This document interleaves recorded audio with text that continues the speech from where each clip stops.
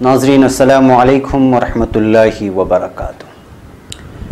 सीधी बात के ताज़ा प्राइम टाइम में आप लोगों का इस्तकबाल है। नाज़रीन, मैं अंसार अज़ीज़ नदवी आज आप लोगों के सामने क्या बीजेपी हिंदू राष्ट्रवाद को मुतारिफ़ कराने की जानिब बढ़ रही है, इस पर मैं रोशनी डालूँगा। और साथ ही कल नरेंद्र मोदी जी ने मुसलमानों को लेकर के, अक़लियतों को लेकर के एक फ़िक्र ज़ाहिर की है, उस पर भी मैं तबसरा करूँगा और उसके साथ कुछ अहम तरीन मौज़ूआत होंगे। उससे पहले मैं आप लोगों से दरख्वास्त कर लूँ कि जिन लोगों ने हमारे चैनल को सब्सक्राइब नहीं किया है वो कर लें और इन वीडियोस को दूसरों तक पहुंचाने में ज़रूर हमारी मदद करें, क्योंकि वो बातें होती हैं जो अक्सर लोग कहने से डरते हैं या फिर वो कहना नहीं चाहते असबियत की वजह से। एक और ऐलान अहम तरीन आप लोगों के सामने ये रखना है कि कई लोग मुझे कह रहे हैं कि गुज़िश्ता 15 दिनों से हम आपको कई वीडियोस व्हाट्सअप कर रहे हैं लेकिन आपका कोई रिप्लाई नहीं आ रहा है। मैं इससे पहले भी प्राइम टाइम में और हमारी दूसरी वीडियोस में इस बात का ऐलान किया था कि मेरे जो दो नंबरात हैं 9620364858 जो वोडाफोन का है और इसी तरह BSNL का 8762783868, इन नंबरात पर जो है व्हाट्सअप इस वक्त बंद हो चुका है। उस पर हमारे जो भी पैगामात आप भेज रहे हैं वो मुझे मौसूल नहीं हो रहे हैं। लिहाजा अगर जो अफराद अपने व्हाट्सएप के ग्रुप में या टेलीग्राम के या वाइबर के ग्रुप में हमारे पैगामात को, हमारे लिंक्स को और हमारे डेली अपडेट्स को चाहते हैं तो वो हमारे ऑफिस की 3 नंबरात में आप लोगों को यहाँ पेश कर रहा हूँ, उसको नोट कर ले। वहाँ पे जो है अपने ग्रुपों को ऐड करें उन नंबरात को, वहाँ पर आपको हमारे अपडेट्स मिलेंगे। नंबर है 6360435209, ये पहला नंबर है ऑफिस का। और दूसरा नंबर है 9916871487, ये दूसरा नंबर है। और तीसरा नंबर है 8746059717। ज़्यादा कोशिश करें कि वाइबर में आप ग्रुप बनाएं और वाइबर में इस नंबर को ऐड करें, क्योंकि जब व्हाट्सएप में ग्रुप ज़्यादा हो जाते हैं और हमारी तरफ से पैगामात लगातार जाने का सिलसिला हो जाता है तो फिर कंपनी की तरफ से जो है रोक लग जाती है। इस वजह से कोशिश करें कि या तो आप टेलीग्राम इस्तेमाल करें या फिर वाइबर इस्तेमाल करें। इसमें जो है हम लोगों को आप तक हमारे सारे डेली अपडेट्स हो, कन्नड़ा हो, हिंदी हो या इंग्लिश हो या उर्दू की ख़बरें पहुंचाने में हमें आसानी होती है। और जहां तक मुझे आप अगर कोई पहुंचाना चाहते हैं, मैं दरख्वास्त एक बार यही करूंगा कि मेरा ये जो नया नंबर है उसको आप व्हाट्सएप के किसी ग्रुप में ऐड ना करें। वाइबर है या टेलीग्राम है तो उसमें ऐड करें। व्हाट्सएप की वजह से बड़ी परेशानियां होती हैं और हमें जो है व्हाट्सएप बंद करना पड़ता है। इस वजह से जो बात आप हमें मुझे पहुंचाना चाहते हैं, कई सारे लोग ये बात भी दरख्वास्त करते हैं कि हम आपकी किस तरह मदद कर सकते हैं इदारे की। वो जितने भी लोग हैं, माली तौर पे हो या दूसरे तौर पर भी, वो मेरे इस नंबर को सेव करें, लेकिन फ़ोन करके लगातार बात करने की हरगिज़ कोशिश ना करें। मेरे पास वक्त बहुत कम है। कोई ज़रूरी बात है तो ज़रूर व्हाट्सअप करें, ग्रुपों में शामिल ना करें। मेरा नंबर है 9663027449। इस नंबर को सेव करें और इस पर जो अपने पर्सनल पैगामात होते हैं जो मुझ तक पहुंचाना चाहते हैं वो ज़रूर पहुंचाएं, लेकिन ग्रुपों में हरगिज़ ऐड ना करें, क्योंकि मैं इसका सताया हुआ हूं और कई नंबर ब्लॉक होने की वजह से मेरा अपना डाटा भी ख़त्म हो चुका है। बहरकत नाज़रीन, चलिए चलते हैं आज के प्राइम टाइम की जानिब। नाज़रीन, लोकसभा इंतखाबी नताइज के जो माने मुझे समझ में आते हैं, दरअसल ये मज़मून लिखे हैं हमारे एक बेहतरीन मज़मून निगार महेश रंगाराजन ने। वो इस वक्त के जो हालात पैदा हुए हैं उस पर जो है बहस करते हुए लिखते हैं कि लोकसभा इंतखाबी नताइज के जो माना मुझे समझ में आते हैं उसमें कुछ बातें साफ़ हैं। पहली बात ये कि मुल्क के पहले वज़ीर-ए-आज़म पंडित जवाहरलाल नेहरू और इंदिरा गांधी दोनों ने ही 3 बार अपनी पार्टी को इख्तिदार पर काबिज़ कराया। लोकसभा इंतखाब जीतने के बाद वज़ीर-ए-आज़म नरेंद्र मोदी वाहिद ऐसे लीडर हैं जो 2 बार लोकसभा इंतखाबात में अपनी पार्टी को कामयाब बना चुके हैं। गैर कांग्रेसी हुकूमत का कोई शख्स एक मुद्दत-ए-कार मुकम्मल कर दूसरी मरतबा ना तो वज़ीर-ए-आज़म बन पाया, ना अपनी पार्टी को अक्सरियत दिला पाया है। अटल बिहारी वाजपेयी पहली बार 13 दिनों के लिए वज़ीर-ए-आज़म बने, फिर 13 महीनों के लिए और उन्हें इंतखाब में जाना पड़ा। वहाँ वो जीत कर आए थे लेकिन मुद्दत-ए-कार मुकम्मल करने के बावजूद 2004 में उन्हें शिकस्त मिली। लेकिन वज़ीर आज़म नरेंद्र मोदी के साथ ऐसा नहीं हुआ। 2014 में नरेंद्र मोदी की क़यादत में बीजेपी ने अक्सरियत हासिल की। 2019 में भी अपोजिशन पार्टियों को काफ़ी उम्मीदें थी, लेकिन वो उम्मीदें मुनहदिम हो गई। इस लिहाज से मोदी को नेहरू और इंदिरा के बाद करिश्माती लीडर कहा जा सकता है। ये हिंदुस्तानी सियासत में एक बड़ी तब्दीली है। तारीख पर नज़र डालें तो पता चलता है कि बीजेपी को 1984 में सिर्फ 2 लोकसभा सीटें मिली थी। इसके बाद से बीजेपी का उरूज शुरू हुआ। लेकिन अगर आप 1989 यानी 1989 के बाद के दौर को गौर से देखें तो पता चलता है कि इस वक्त बीजेपी एक मुमकिन दबदबे वाली पार्टी दिखाई पड़ती है, लेकिन थी नहीं। 1999 में मरकज़ में अटल बिहारी वाजपेयी की हुकूमत बनी, लेकिन बीजेपी का दबदबा 2014 में शुरू हुआ और इन इंतखाबी नताइज ने साबित कर दिया कि अब बीजेपी एक ताकतवर पार्टी बन चुकी है। 2019 में बीजेपी का यह दबदबा मजीद बढ़ा है। इन नताइज का एक इशारा ये भी है कि मुतबादिल की कमी के सबब दोबारा वज़ीर आज़म बने नरेंद्र मोदी और बीजेपी लगातार हिंदू राष्ट्रवाद को असर नो मुतारिफ करते रहेंगे, और वो भी अपनी शर्तों पर। यानी इसका साफ माना ये है कि ये भी 5 साल जो है हिंदू राष्ट्रवाद की इश्तिहार में और हिंदू वोटों को यकजा करने की तरफ जो है नरेंद्र मोदी और बीजेपी की पूरी ताकत लगेगी, और इससे जो हालात पैदा होंगे वो बहुत ही ख़तरनाक होंगे। 2014 में कहा जा रहा था कि मरकज़ में मजबूत हुकूमत के बाद इलाकाई पार्टियों का मुस्तकबिल भी ख़त्म हो जाएगा, लेकिन ऐसा नहीं हुआ। दिलचस्प बात यह है कि बीजेपी अपने साथ नीतीश कुमार और रामविलास पासवान जैसे समाजवादियों से महाराष्ट्र या पंजाब, झारखंड या आसाम या सिक्किम में इत्तेहाद करती रहेगी। लिहाजा ये पूरे अपोजिशन के लिए संजीदगी से मुहासबा करने का वक्त है। उन्हें सोचना चाहिए कि आखिर उनसे गलती कहाँ हो रही है, और कांग्रेस के लिए तो ये खुद एहतिसाबी और भी ज़रूरी है। ऐसा करके ही कांग्रेस इख्तिदार में वापसी के रास्ते तलाश कर पाएगी। उसे नई तवानाई, नए नज़रियात के साथ ही नई क़यादत और नई पॉलिसी के बारे में भी सोचना होगा।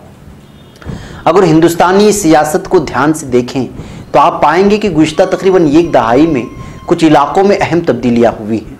कई रियासतों में कमज़ोर रही पार्टियां ताकतवर हुई तो कुछ जगह ताकतवर पार्टियां कमज़ोर हुई। कभी आसाम में ताकतवर रही आसाम गण परिषद आज एक कमज़ोर पार्टी बनकर रह गई है। दूसरी तरफ शिवसेना ने महाराष्ट्र में अपनी ज़मीन मजबूत की है। महाराष्ट्र में वो बीजेपी के बाद दूसरी सबसे बड़ी पार्टी बनकर के उभर कर आई है। कांग्रेस यहाँ तीसरे नंबर पर खिसक गई है। इन लोकसभा इंतखाबी नताइज में ये भी साफ दिखाई दिया कि तृणमूल कांग्रेस भी मगरबी बंगाल में अपनी ज़मीन गंवा रही है। अभी बेशक उसके वजूद पर ख़तरा नहीं है, लेकिन ये ख़तरा उनके सामने आ सकता है, कम ही सही। लेकिन उड़ीसा में भी बीजेडी यानी बेजू जनता दल की ज़मीन कमज़ोर पड़ रही है। हाँ, ये सच है कि जुनूब की इलाकाई पार्टियां डीएमके पार्टी के साथ मजबूत बनी हुई है, लेकिन इलाकाई पार्टियों को ये बात समझनी पड़ेगी कि अब वो मरकज़ी हुकूमत को अपने मुताबिक नहीं चला पाएंगे। उन्हें मरकज़ में एक मजबूत कौमी पार्टी से मुआहदा करना होगा अपनी ज़रूरियात की तकमील के लिए, अपनी रियासती ज़रूरियात को पूरा करने के लिए। मरकज़ी पार्टी जो कहेगी उस पर उनको अमल करना होगा, चाहे न चाहे। तो सबसे बड़ी बात सामने ये आ रही है कि 2019 में बीजेपी की इस कदर ज़्यादती और ज़्यादा वोटों से और ज़्यादा सीटों से इसके बाद जो है हिंदू राष्ट्रवाद को बढ़ावा देने के लिए सारी हदें पार किए जा सकते हैं। इस तरह की जो है बातें और तबसरा सामने आ रहे हैं। नाज़रीन, ये थी वो चीज़ जो कुछ इन जीत को लेकर के तबसरा हुआ था। मैं अब आपके सामने वो चीज़ पेश करूंगा। कल नरेंद्र मोदी जी ने, ये देखिए एक वीडियो है जिसमें नरेंद्र मोदी कल तमाम इनके पार्टी के अरकान जितने भी जीत करके एमपीस आए थे एनडीए से और बीजेपी से ध्यान दिया। एक लंबे बयान में उन्होंने जो है अक़लियतों और बिलखुसूस मुसलमानों को लेकर के एक बयान दिया है। बयान क्या है? बयान ये दिया है कि वो अक़लियतों यानी इलेक्शन के इंतखाबात के दौरान जो है मुसलमानों और अक़लियतों में डर और खौफ और भय का जो है ये बनाया गया। मैं चाहता हूँ कि उनका एतमाद भी हासिल करूँ और उस डर और खौफ को दूर करूँ। बीजेपी और एनडीए की इत्तेफाक़ी राय से रहनुमा मुंतखब किए जाने के बाद वज़ीर-ए-आज़म नरेंद्र मोदी ने हफ्ते के रोज़ यानी कल सेंट्रल हॉल में एनडीए के अरकान पार्लियामेंट से खिताब किया।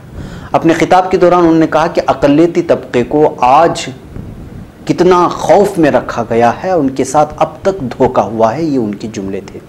वज़ीर-ए-आज़म नरेंद्र मोदी के मुसलमानों को खौफज़दा करके रखने वाले बयान पर सख्त तनकीद करते हुए दिल्ली कांग्रेस के सेक्रेटरी और सुप्रीम कोर्ट के वकील सरफराज अहमद सिद्दीकी ने कहा कि गुज़िश्ता 5 बरसों के दौरान मॉब लिंचिंग, लव जिहाद, गौरक्षा के नाम पर मुसलमानों को किसने खौफ में मुब्तला कर रखा है। उन्होंने कहा कि गुज़िश्ता 5 बरसों के दौरान एनडीए की हुकूमत में मुसलमानों को हर सतह पर डराने, धमकाने और उनमें खौफ और दहशत मुब्तला करने की कोशिश की गई और गौरक्षकों के जरिए मुसलमानों का कत्ल और पिटाई और उसका वीडियो वायरल करके मुसलमानों को खौफजदा करने की भरपूर कोशिश की गई।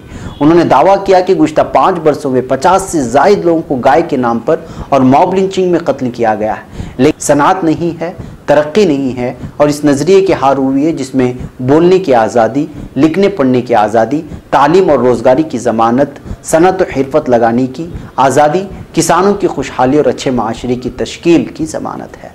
इसी बीच इस बयान को लेकर के असदुद्दीन ओवैसी ने भी बयान दिया है और उन्होंने कहा है कि अगर पीएम को अगर इस बात का माइनॉरिटीज़ को लेकर के, अक़लियतों को लेकर के अगर डर और खौफ के सिलसिले में अगर वाकई में उनको इस बात का एहसास है तो फिर उनके पूछिए कि आखिर अखलाक को किसने मारा था और दीगर लोगों को किसने मारा था। और इस तरह से जो ये वही लोग थे जो है आज इलेक्ट्रॉनिक मीटिंग में जो है वो पहली सफ़ में बैठे हुए हैं। उन लोगों की वजह से ये अखलाक की मौत हुई थी और उन्हीं की पुष्टपनाही की वजह से ये सवाल करना होगा पीएम नरेंद्र मोदी को। बहरकैफ नाज़रीन, पीएम नरेंद्र मोदी के इस बयान की वजह से जो है आज सोशल मीडिया में तमाम के तमाम लोग, बल्कि आज का सोशल मीडिया में यही ज़ेर बहस है कि नरेंद्र मोदी ने कल जो बात कही अक़लियतों को लेकर के, डर और खौफ की जो बात कही है वो असल में पैदा करने वाले यही थे, लेकिन आज वो उसकी फ़िक्र कर रहे हैं, उसका एहसास अगर कर रहे हैं तो ये सिर्फ ढोंग है। बहरकैफ नाज़रीन, दूसरी एक और तस्वीर देखिए। ये तस्वीर है साध्वी प्रज्ञा की। साध्वी प्रज्ञा के सर पर ये जो लीडर हैं, बीजेपी के senior leader LK Advani sir रख रहे हैं। एक और जो है वीडियो देखिए, ये जो कल हमने आपको दिखाया था, जो मॉब लिंचिंग हुई थी, मॉब लिंचिंग नहीं बल्कि राम सेना के दहशतगर्दों ने जो मारा था, उसका लीडर जो है साध्वी प्रज्ञा के साथ नज़र आ रहा है। ये जो आप लेफ़्ट साइड में देख रहे हैं ये है वही शख्स जिसने जो है पिटाई की थी कल भोपाल में नौजवानों की, और ये तस्वीर बीच की तस्वीर है जिसमें जो है साध्वी प्रज्ञा उसके साथ नज़र आ रही है। इस तस्वीर को हटा करके एक और तस्वीर देखिए, एक वीडियो है जिस वीडियो में नरेंद्र मोदी जी ये बोलते हुए नज़र आ रहे थे कि जो है साध्वी प्रज्ञा ने माफ़ी तो मांग ली है नाथूराम गोडसे को मुहिब्बे वतन कहने की वजह से, देशभक्त कहने की वजह से, लेकिन वो उनको दिल से माफ़ नहीं करेंगे। लेकिन इसी के साथ यहाँ नीचे देखिए कि किस तरह नरेंद्र मोदी जी कल एनडीए की एमपीज़ के उस सेंट्रल हॉल में साध्वी प्रज्ञा का जो है इस्तकबाल कर रहे हैं मुस्कुराते हुए और हाथ जोड़ते हुए। एक तरफ नरेंद्र मोदी जी हैं, दूसरी तरफ LK आडवाणी हैं और साध्वी प्रज्ञा जो दहशतगर्दाना हमलों में मुलव्वस है। बहरकैफ वो तो जीत करके आई हुई है, लेकिन जाहिर सी बात है कि जिस पर दहशतगर्दाना इल्ज़ाम लगे, जिसने गांधी के कातिल को, महात्मा गांधी के कातिल को जो है मुहिब्बे वतन कहा, आज वो उसी पार्लियामेंट में बैठने जा रही है। ये देखिए पार्लियामेंट में कुर्सी की उसका मंज़र जहाँ पे लाई गई। तो नाज़रीन, एक अजीब सूरत हाल और अजीब कशमकश है। एक नई तस्वीर हिंदुस्तान की उभर कर के आ रही है कि महात्मा गांधी के कातिलों को हीरो बनाने वाले भी अब पार्लियामेंट में पहुंच रहे हैं।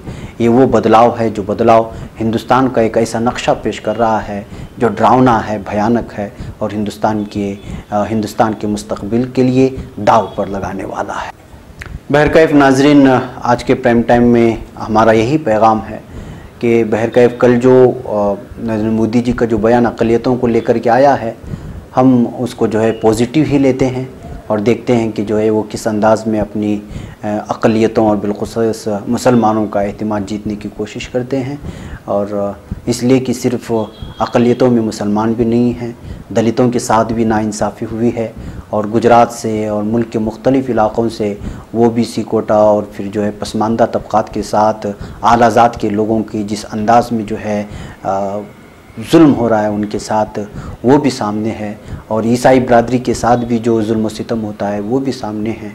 सिर्फ मुसलमान ही नहीं हैं, मुसलमान ज़्यादा निशाना बनाए जाते हैं, बसूरत दीगर जो है पसमानदा तबक़ात के लोग भी जो है इस वक्त जुल्म का शिकार हैं।